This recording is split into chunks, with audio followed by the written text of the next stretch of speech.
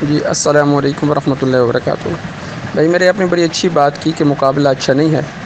میں صرف ایک سوال آپ سے کرنا چاہتا ہوں۔ آپ نے عبداللہ بن عمر رضی اللہ عنہ کی حدیث پیش کی کہ وہ 4 مقام پر رفع الیدین کرتے تھے۔ آپ ایک حدیث پیش کریں کہ جس میں یہ آتا ہو کہ نبی اکرم صلی اللہ علیہ وسلم آخری زندگی تک یہ 4 مقام پر رفع الیدین کرتے رہے، یعنی آپ نے اپنی آخری نماز تک 4 مقام پر رفع الیدین کی ہے۔ بس یہ مختصر سے سوال ہے، اس کا آپ نے جواب دینا ہے۔ آپ نے عبداللہ بن عمر رضی اللہ عنہ کی حدیث اگر پیش کرنی ہے کہ اس میں آتا ہے کہ رفع الیدین کرتے تھے، تو پھر تو بخاری شریف کی حدیث میں آتا ہے کہ انس رضی اللہ تعالی نے فرمایا کہ ان سے پوچھا کان النبی صلی اللہ علیہ وسلم یصلی فی نعلیہ، کہ اللہ کے نبی جوتوں میں نماز پڑھتے تھے؟ کہا جی ہاں، جوتوں میں نماز پڑھتے تھے۔ آپ اپنی نواسی کو اٹھا کر نماز پڑھتے تھے، یہ بھی بخاری کی حدیث ہے۔ آپ نے ممبر کے اوپر نماز پڑھی، یہ بھی بخاری کی حدیث ہے۔ تو پھر آپ ان حدیث کو بھی امت مسلمہ کو بتلائیں کہ یہ بھی سنت ہے، تو لہٰذا رفع الیدین کے نام پر آپ دھوکہ نہ دیں۔ تو آپ وہ حدیث نکال کر ہمیں دکھلائیں کہ جس میں یہ آتا ہے کہ نبی اکرم صلی اللہ علیہ وسلم نے آخری عمر تک رفع الیدین کی۔ السلام علیکم ورحمۃ اللہ۔ السلام علیکم ورحمۃ اللہ وبرکاتہ۔ میں نے بھیجی ہوئی وائس الحمدللہ سنی ہے۔ پہلے کوئی اور ساتھی گفتگو فرما رہے تھے، اب آواز سے محسوس ہوتا ہے کہ کوئی اور میرے فاضل بھائی گفتگو فرما رہے ہیں۔ تو مناسب تو یہی ہے کہ ایک ساتھی گفتگو کرے جس سے ابتدا سے گفتگو چل رہی ہے۔ نیا ساتھی، اسے پہلے کی گفتگو کا شاید علم نہ ہو، تو درمیان سے گفتگو اور نیا سوال یہ مناسب نہیں ہے۔ پہلے جو سوال کیا اور اس کا ہم نے جو جواب ذکر کیا، پھر علماء دیوبند کی طرف سے کسی صاحب نے جو باتیں ذکر کیں، ان کے جواب میں ہم نے کچھ باتیں ذکر کیں، تو گفتگو تو چل رہی تھی۔ بہتر تھا کہ وہی ساتھی اس گفتگو کو آگے جاری کرتے تاکہ بات سمجھنے میں آسانی ہوتی۔ دوسری بات یہ ہے کہ یہ جو میرے محترم بھائی گفتگو فرما رہے تھے، تو فرما رہے ہیں کہ رفع الیدین کے نام پر دھوکہ نہ دیں، تو یہ انتہائی بوجھل لفظ ہے۔ ایسے لفظ کسی عالم دین کو زیب نہیں دیتے۔ یہ علم الغیب، یہ خاصہ خداوندی ہے، کسی اور کے پاس یہ موجود نہیں ہے۔ میرے اس بھائی کو کیسے پتہ چل گیا کہ میں رفع الیدین کے نام پر دھوکہ دے رہا ہوں؟ اسے کیسے علم ہوا کہ میری نیت وہ اصلاح کی نہیں ہے؟ میری نیت یہ نہیں ہے کہ لوگ احادیث کو پڑھیں اور احادیث پر عمل کریں۔ اس بھائی کو کیسے علم ہوا کہ اتنا جلدی انہوں نے یہ فتویٰ ہم پہ داغ دیا کہ آپ رفع الیدین کے نام پر دھوکہ دے رہے ہیں اور رفع الیدین کے نام پر دھوکہ نہ دیں؟ کیا یہ میرے محترم بھائی نے جو علم پڑھا ہے، وہ علم انہیں اس بات کی دعوت دے رہا ہے کہ کسی پر اس طرح کا فکرہ جو ہے نا وہ کسا جائے یا الزام داغا جائے بلا دلیل کے؟ ابھی تک مجھ سے گفتگو ہی نہیں کی اس بھائی نے، جیسا کہ آواز سے محسوس ہو رہا ہے، اور اتنی جلدی کتنا بوجھل اور بھاری لفظ جو ہے نا وہ استعمال کیا ہے۔ اگر آپ کا گفتگو کا مقصد افہام و تفہیم نہیں ہے، بات کو سمجھنا سمجھانا نہیں ہے، تو میرے بھائی آپ گفتگو نہ فرمائیں اور نہ ہی ایسے بوجھل الفاظ جو ہے نا وہ استعمال فرمائیں۔ ہم آپ کو مسلمان سمجھتے ہیں اور ہم افہام و تفہیم سے دلائل کی بنیاد پہ گفتگو چاہتے ہیں۔ اس طرح جو ہے نا وہ گفتگو مناسب نہیں ہے۔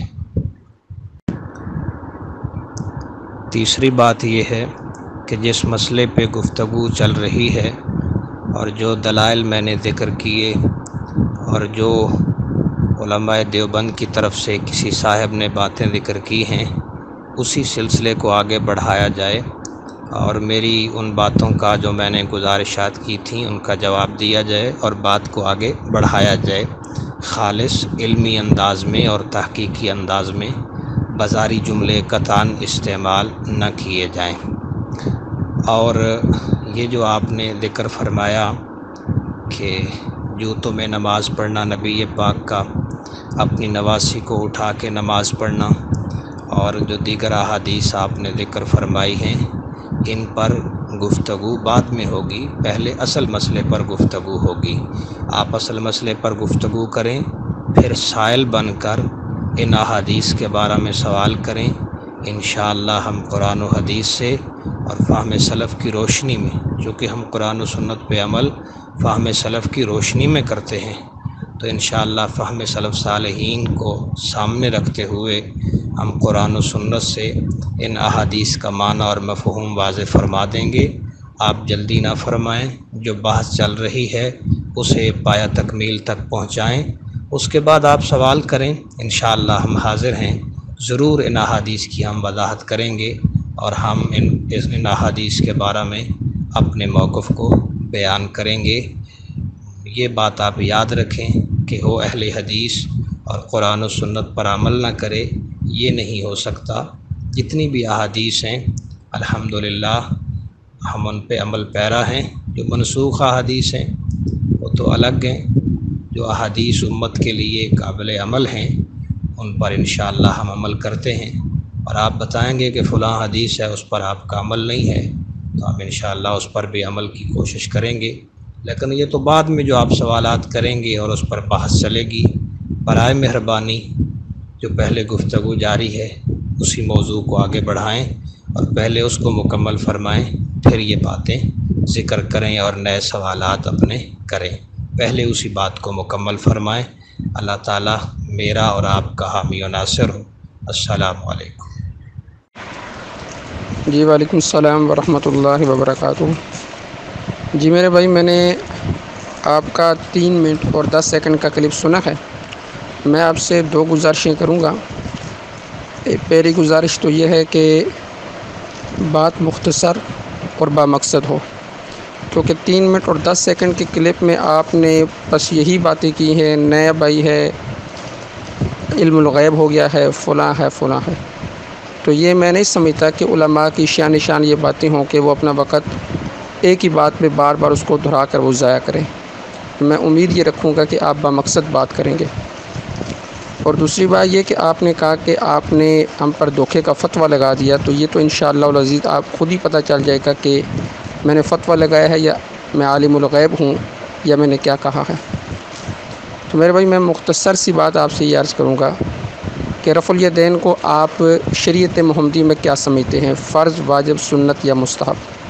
نمبر 2، آپ اپنے عمل کے مطابق نبی اکرم صلی اللہ علیہ وسلم کی ایک حدیث پیش کر دیں جس میں یہ ہو کہ نبی اکرم صلی اللہ علیہ وسلم آخری عمر تک رفع الیدین کرتے رہے، اور میں یہ امید رکھوں گا کہ آپ صرف بامقصد گفتگو کریں گے۔ السلام علیکم ورحمۃ اللہ۔ جی وعلیکم السلام ورحمۃ اللہ۔